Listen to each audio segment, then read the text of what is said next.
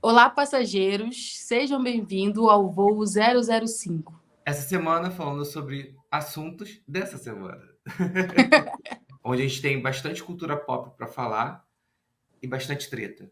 Hoje a gente vai falar sobre Fale Comigo da A24 e Besouro Azul da Warner Discovery, além sobre toda essa treta e da relação dos pais da Larissa Manoela, né, que a gente teve aí. Então, Igor, muita coisa aconteceu nessa semana, hein? Muita coisa para falar. Eu acho que a gente pode começar com Foi uma Fale semana, Comigo. sim, foi uma semana bem tensa, né? Mas antes da gente falar sobre Fale Comigo, a gente queria trazer uma pequena errata, né, do último Uhum, podcast, do último corte nas nossas redes sociais, que é a questão da Madonna e do Elton John. Como a gente citou, ele já possui uma certa treta, né, bem antiga, e no nosso corte a gente colocou uma treta referente a um outro ano, né? Porém, essa também aconteceu e a treta que foi citada, né, foi no Key Awards, que é um uhum, prêmio de compositores que aconteceu há 19 anos atrás, né, 20 anos aí já quase. sim, Foi início de 2004, né, enfim. uhum, O Elton John, naquele período, falou que a Madonna, né, fazia sincronização labial, isso no palco. E logo em 2011, né, 2012 aí, que foi esse prêmio do Globo de Ouro, que teve essas entrevistas que a gente colocou no nosso corte antes, né, que o Elton John falou que ela não merecia, a Madonna falou, não, vamos ver, e aí ela ganhou, e ele ficou com aquela cara de tacho dele, né, mas a gente quis trazer essa errata justamente para não ter essa confusão, né, mas que essas são as informações. Teve esses dois momentos mais públicos dessa treta entre os dois. boa. Resumindo, dois tretudos, né? Só treta. Exatamente, Então, eles têm várias tretas, não foi só uma exatamente. treta. É um relacionamento ali tiro, porrada e bomba. Toda hora tem alguma coisa. Até hoje eu acho que deve rolar ainda um ressentimento. Mas é isso, né? É isso. Então a rata tá feita. Vamos que E aí, vamos pro assunto da semana. E a desse. gente Boa. tem Fale Comigo, que é o novo terror da A24, que já produziu, né? Já distribuiu e produziu Hereditário, Midsommar, A Bruxa. E agora eles distribuem esse filme que foi feito por dois youtubers australianos, o Michael e o Rafa, Uhum. do Rafael Filippo, do canal Haka Haka. E que é um filme que lida com muito essa questão dos espíritos, né? Essa narrativa constante. E tem aquela premissa básica, né? É um grupo de amigos adolescentes que descobrem uma mão e começam a conjurar espíritos, trazer obsessores, enfim, coisas assim. Inclusive, aconteceu agora. O Costelinha é um obsessor. Ele acabou de apagar a luz aqui. Eu vou ligar. Você pode continuar falando, Igor. Estou com medo. É interessante a gente perceber que a premissa do filme é o quê? Eles encontram essa mão embalsamada e a personagem do filme, né, a Mia, que é a protagonista dessa história, vão ao encontro desse grupo de amigos que simplesmente apertam aquela mão, fale comigo, e aparece um espírito na frente deles. Eles têm 90 segundos para que o espírito entre dentro do corpo deles e tenham que tirar aquela mão para o espírito não ficar. E daí começa toda a treta, pois o filme tem uma narrativa clássica dessa coisa do grupo de amigos encontrando algo. Porém, a tecnologia hoje, a questão das mídias sociais se faz muito presente.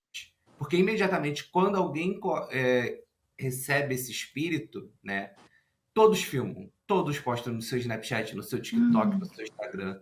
Então, eu acho que eles trouxeram essa coisa da tecnologia e esse viés muito forte.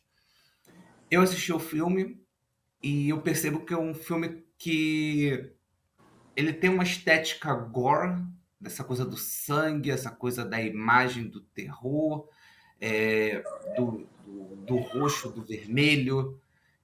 Isso é muito vibrante dentro do filme, né, visualmente falando. E a composição da narrativa é, para mim, sou muito uma metáfora sobre o luto, é muito uma história do luto da personagem da Mia.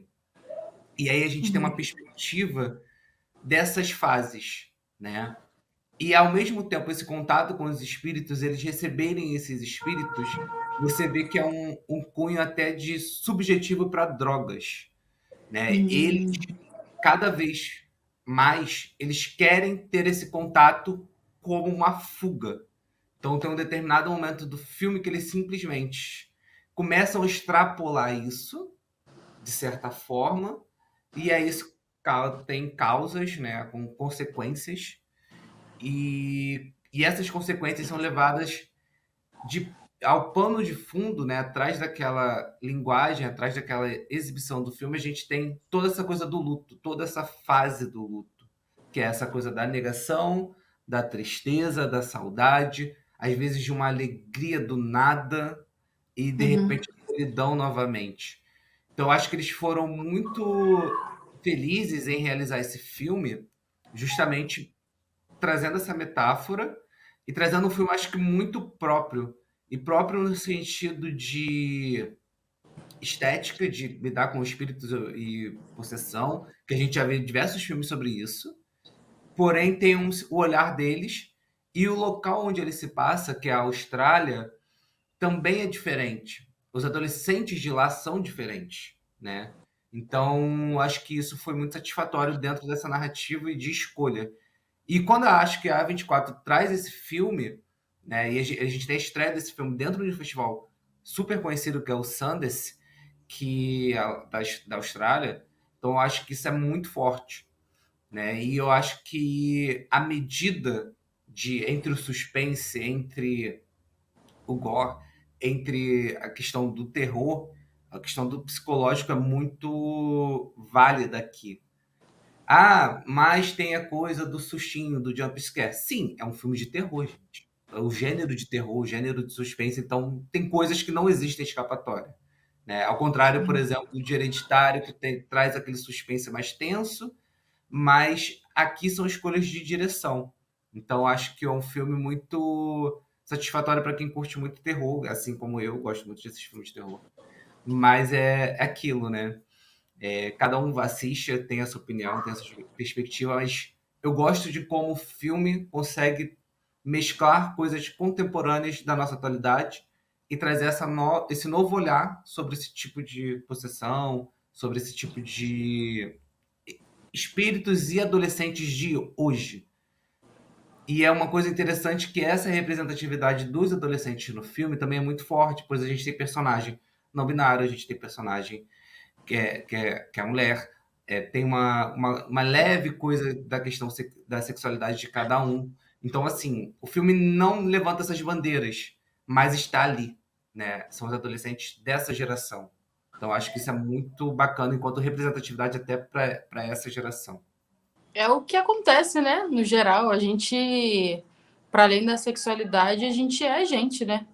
Então, Sim, você não tem que, sei lá, às vezes trabalhar um relacionamento ou alguma outra coisa. O foco do filme é a possessão. E, para além disso, gente, eu não vi o filme, tá? Porque eu tenho medo. Tô me preparando, mas vou assistir. Gostei do que o Igor falou.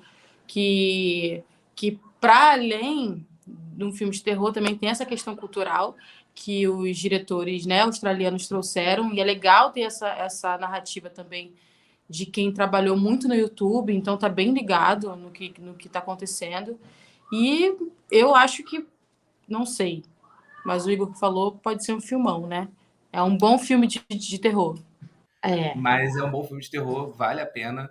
Se você quiser esperar sair no streaming, enfim, tá tudo bem também, não precisa correr pro cinema, mas Uhum. vale a pena, vale assistir.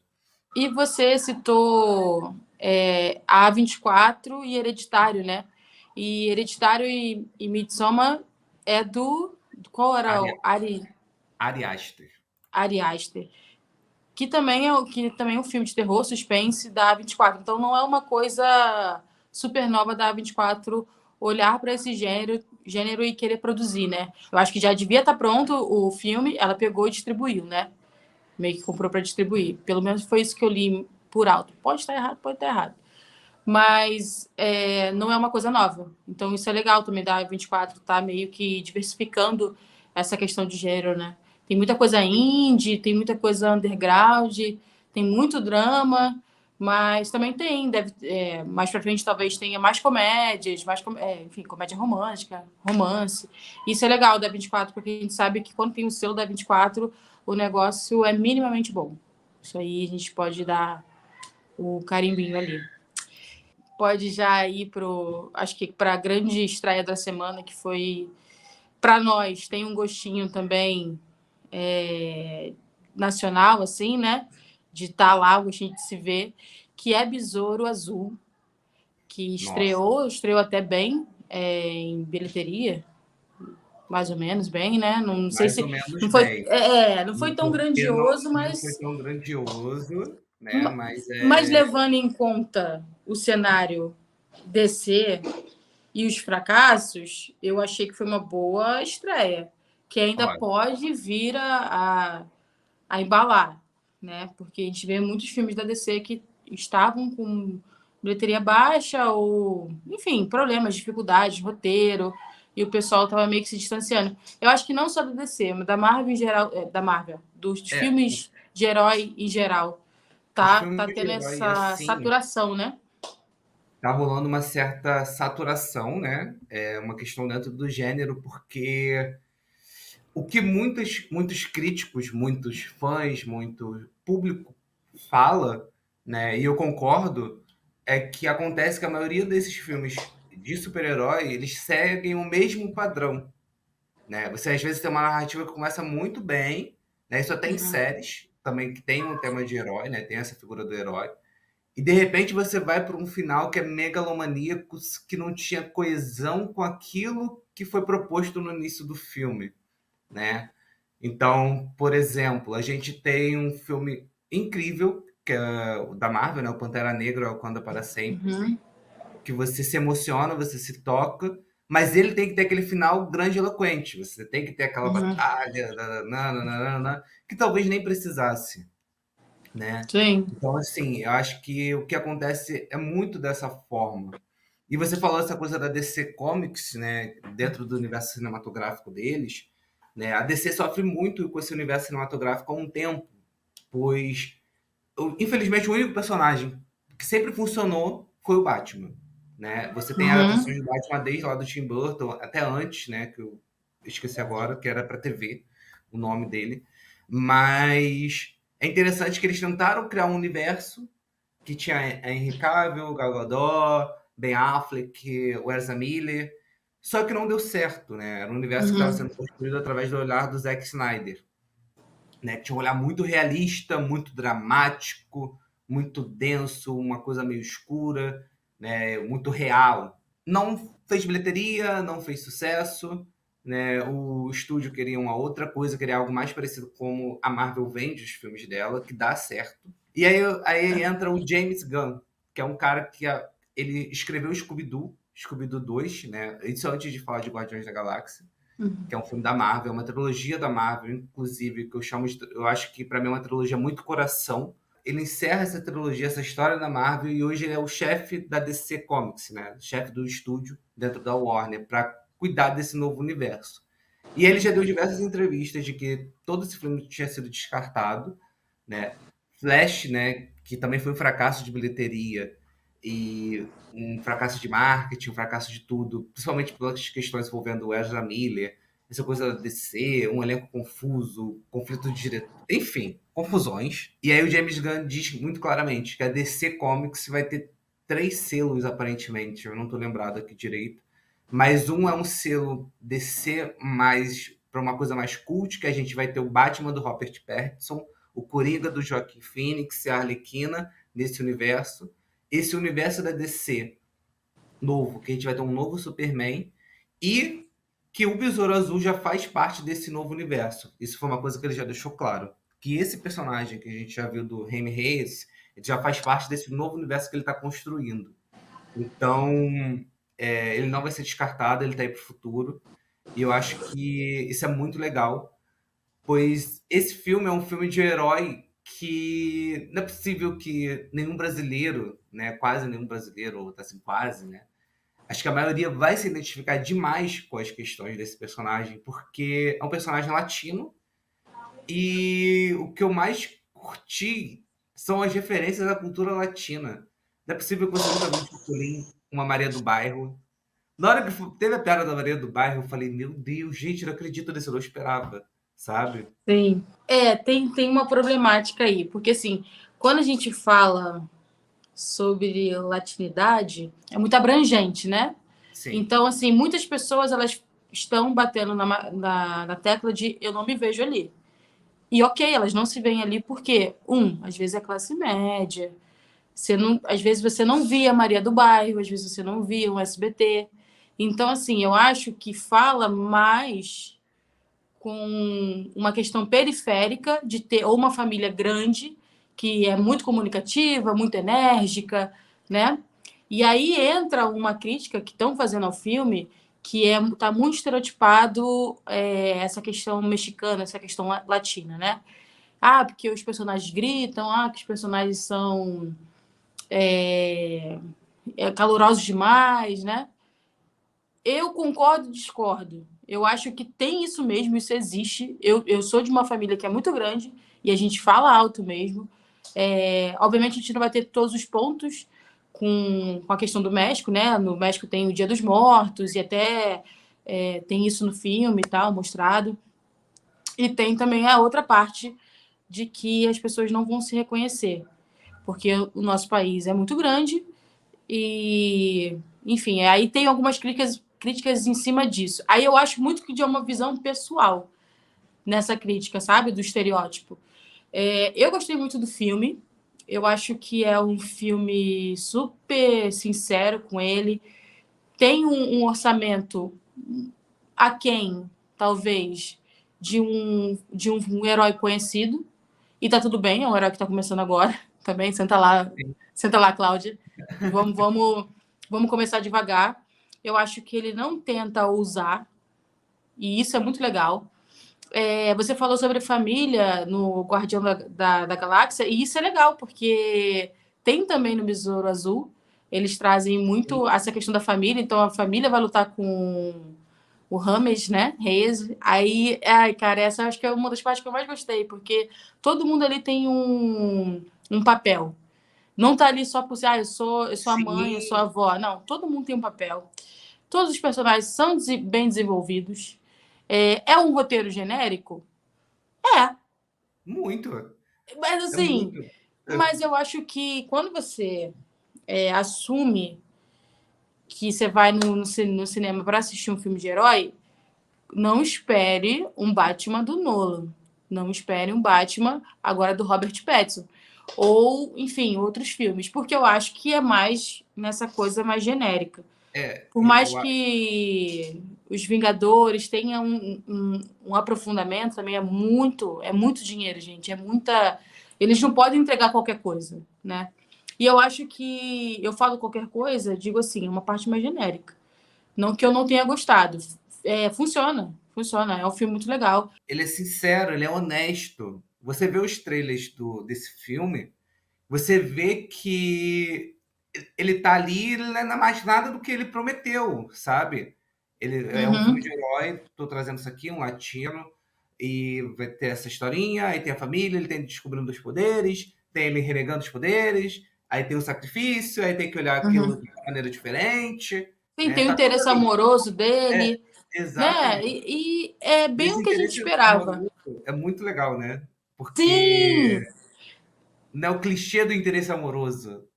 Mas ao mesmo é, tempo ele tem que ter interesse amoroso, mas ela não é aquele clichê, né? Isso que eu acho eu legal. acho que a gente passou muitos anos e até pouco tempo a gente assistindo mocinhas, sei lá, muito nada a ver, muito que não condiz com a realidade feminina. Porque a mulher vai lá, ela estuda, ela trabalha, ela é inteligente pra caramba. E eu acho que a mocinha da Bruna é uma mocinha muito ativa, sabe? Assim, muito real. E isso eu gostei muito. E ela tem muito tempo de tela, né? Eu acho que Nossa, depois do Cholo, que faz o Rames, né? Ela que tem mais tempo de tela, talvez. Até mais do que a Susan Sarandon, né? Que é uma atriz, uma baita atriz que faz a vilã do filme.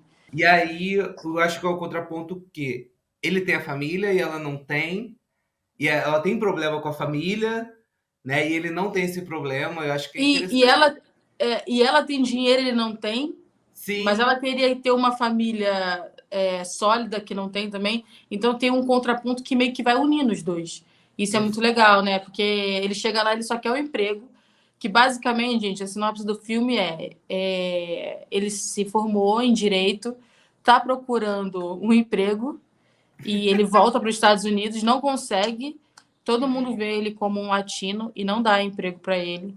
E aí ele vai indo de emprego assim, de limpeza ou aqueles empregos mais informais, né? E ele acaba caindo na casa da Jennifer Cord. E aí eles meio que se encontram e começa a história de como ele vai ser infectado ou possuído É, pelos caras velhos, né? é, Aí os caras velhos entram nele e aí começa a história. Que é muito engraçada essa parte que os caras velhos o besouro entra nele, é bem engraçado. é. É muito engraçado, porque tem a sacada cômica do filme, ela é muito bem ali, sabe? Pra Uhum. mim, não teve nenhum momento que eu não deixado estranho. Acho que super funciona. Eu acho que aquilo que eu falei antes, né? Eu acho que pra mim o problema tá um pouco no terceiro ato, nessa coisa da ação que precisa ser grande, né? Sabe? É um filme de herói, todas as ações precisam ser grandes. O Sim. terceiro ato tem muito disso. Porém, eu acho que essa coisa que a gente falou da família, você trazendo, né, das personagens ali, eu acho que ficou muito legal. E uma curiosidade, né? Uhum. É uma coisa que é legal a gente ver, é que a Bruna Marquezine, acho que pouca gente sabe disso, mas ela fez o teste para ser a Supergirl em The Flash. Só Uhum. que ela passou lá e ela passou no Besouro Azul. E eu dei graças a Deus que Sim. ela passou no Besouro Azul depois que eu vi Besouro Azul. Aham. Que tem muito Porque mais a ver com ela. Eu acho que a Supergirl não teria muito a ver. e eu acho que a Supergirl no filme do Flash foi muito mal aproveitada também. Ah, então tem isso, né? Tem E essa aí, questão provavelmente, é uma aí. personagem que a gente nunca mais vai ver. E aí, Uhum. eu acho que a personagem É, da Bruna, ela pode retornar em diversos filmes futuramente, assim, desse universo, desse comics. e, e pegando esse gancho da Bruna, eu acho que foi uma boa estreia dela em Uhum. Hollywood. Ela mandou super bem. Tem uma cena, tem tipo quase um monólogo dela que ela fala sobre o pai e a mãe, Nossa, e que é bem legal. Eu achei porque acho que quando a gente vai ver um filme de herói, sempre tem aquela cena emocionante. Sempre tem uma cena. E sim. aí o herói se emociona, o mocinho se emociona, eles estão ali se emocionando. Só que a construção dessa cena da Jennifer Cord foi muito legal, né? Foi muito natural. Então, ela há muito tempo que ela não ia na casa, ela acaba se emocionando porque ela lembra do pai e da mãe, né? Então, ela tá vivendo meio que à mercê da tia dela, que é a vilã e dona lá também, juntamente com ela, Sim. daquela empresa de tecnologia, digamos assim. E foi bem, eu achei que foi bem, eu acho que ela vai. Muitas pessoas vão aproveitar, talvez, vão ver, assistir esse filme e talvez aproveitem ela em outros filmes em Hollywood. Nem precisa ser só filme de herói, pode ser comédia romântica, pode ser romance, Sim, drama. e uma coisa que eu acho legal é que no determinado momento do filme, né, que ela tá falando com a tia e de repente ela solta três frases em português, tipo assim, eu sou assim, sabe? Né? Eu também sou Não brasileira. é, cara, eu Nossa, eu gostei falei, muito. caraca, eu também, eu falei, Sabe por caralho, quê? é Porque isso. falou assim, ó, pra ela, a Jennifer ela era brasileira e tal. Eu falei, tá bom, ela é brasileira, eu não sou tão, sei lá, maravilha, um palavrão, Aham, alguma coisa. Toda a família do Besouro Azul fala. E eles falam sim, espanhol e inglês. E aí, quando ela fala, eu também queria, né? Que eu também não vou falar o que é, porque realmente é um spoiler do filme. Mas quando ela fala, eu também queria, cara, aí eu falo, até que enfim, né? Falou português, porque faz sim, total sentido ela falar português. Já que tem um filme que vai meio que permeando entre o inglês e o espanhol. Enfim, ela fala português também, que é sobre quem ela é, né? Ela traz um pouco isso também do Brasil. E eu gostei, cara. Eu podia falar aqui que eu não sou muito, não sou a melhor pessoa para falar sobre filme de herói. Eu não sei se eu gosto muito Eu acho todos meio parecidos. Não acho que o Besouro Azul tenha um super diferencial, né? Seja, nossa, uma revolução. Mas tem essa questão da latinidade que eu gostei bastante de ter visto, sabe? E espero, real, fiquei animada pro segundo, porque no final dá um gancho que talvez tenha uma segunda. Tenha uma sequência, né? Isso é muito comum em filme de heróis, que tem essa sequência. Justamente Ai, para ai. poder ter essa sensação de continuidade, né? Enfim. O pessoal até zoa, né? Que a Marvel faz esquema de pirâmide. Você acaba o filme, mas tem que ver o outro. Ai, Né? não, não Enfim. dá, não dá. É, São é, quantos filmes? Sei lá, são 30 filmes, gente, não dá. Né? e aí a Você cena viu o Thor, você pós-crédito tem que continua. ver 3 Thor e depois os Vingadores. Fica E difícil. aí, Aí porque o esqueci o nome do herói. Aquele, não é Homem de Ferro, não. Ah, enfim. É herói pra caramba. mas é isso, eu acho que pegando um pouco um gancho assim da Bruna, né? A gente tem brasileiros indo para fora, né? Que já existem brasileiros Ah, que sim. fazem carreira lá. Então a gente, por exemplo, Aham. atualmente a gente tem a Marina Rui Barbosa fazendo um teste para um filme na Sony Pictures, né? Um filme que Uhum. parece que vai ser gravado fora, mas tem uma coprodução da Globo. A Isis Uhum. Valverde também está envolvida num teste com a Paramount Pictures, né? Então essas são as outras duas atrizes novas, né, recentes, que estão tentando essa carreira para fora.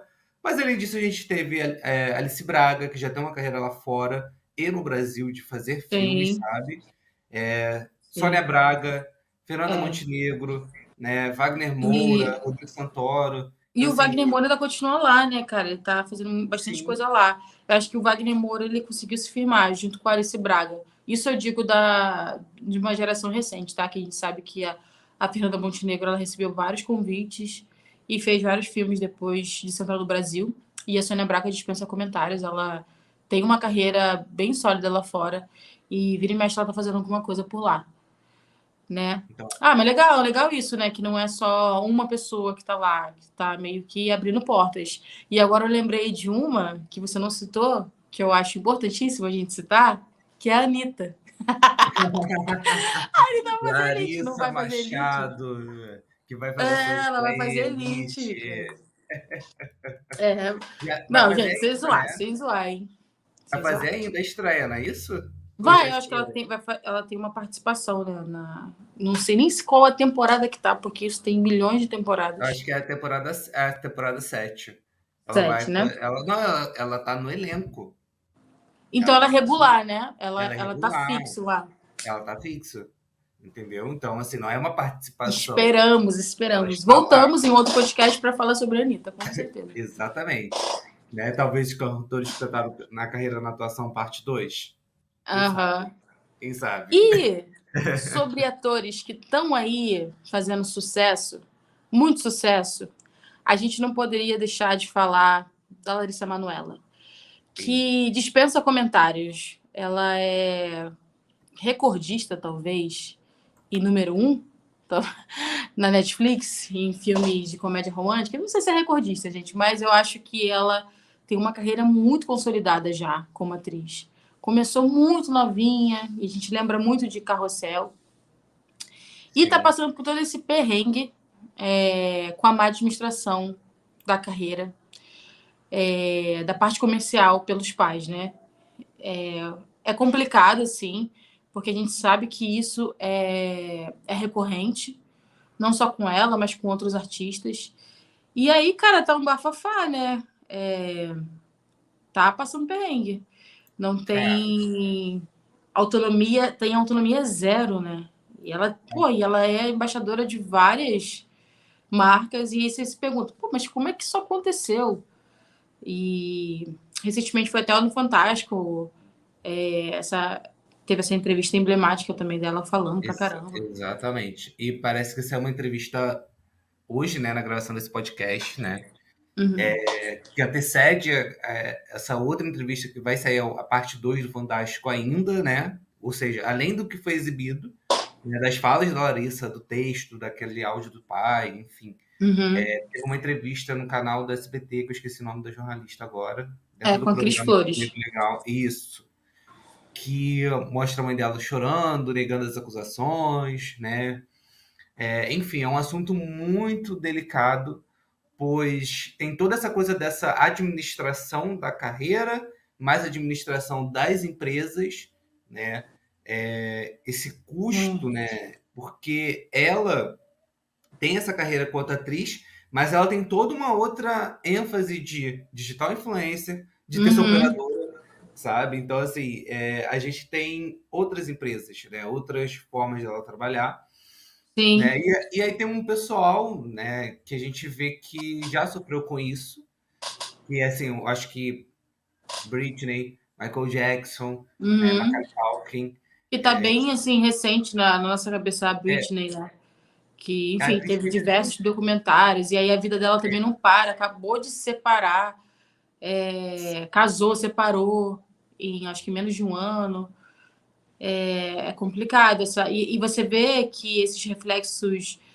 E o da Britney eu acho que foi um pouquinho pior, porque. Um pouquinho não, muito pior, porque ela não tinha liberdade. Ela não podia dirigir, ela não podia sair, ela não podia casar. Se ela quisesse colocar um anticoncepcional, ela não podia. Então, assim, é bem pesado, né? O da Britney.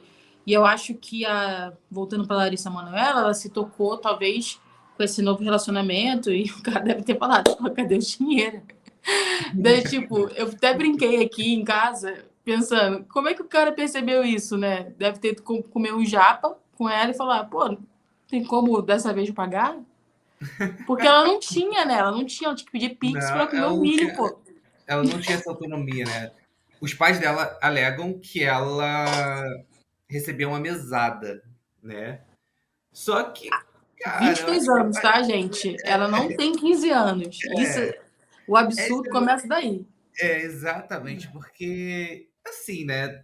Educação financeira a gente sabe que é um problema no Brasil muito sério, né? As pessoas não têm esse tipo de educação. Sim. A gente aprende isso na porrada. É. Polêmica, polêmica Meu agora. Deus. A Militou, gente, militou. a gente aprende na porrada ter educação financeira. Que tem essa carreira desde a infância. Já aos 22 anos, ter uma mesada, é muito estranho isso, né? É muito. Ela precisa pedir para poder ter, né? E aí, quando ela se E toca, né, desse abuso, que isso é um abuso, né? Deixa eu já já. é tarde demais, né? Também Já é quando ela se toca. exatamente. Então a gente tem ela nessa busca nova agora, né?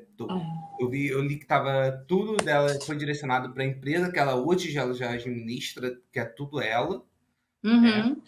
Porém, esse As marcas, elas meio que encerraram o contrato com a empresa que os pais administravam e aí fecharam o contrato com essa nova empresa dela, para ela receber integralmente, né, sobre os lucros, né, dessa sim, parceria. Porque antes era tipo 98% para eles e 2% para Larissa Manoela, o que é um baita absurdo, tendo em vista que era ela que trabalhava, era ela a estrela e ela recebia só isso.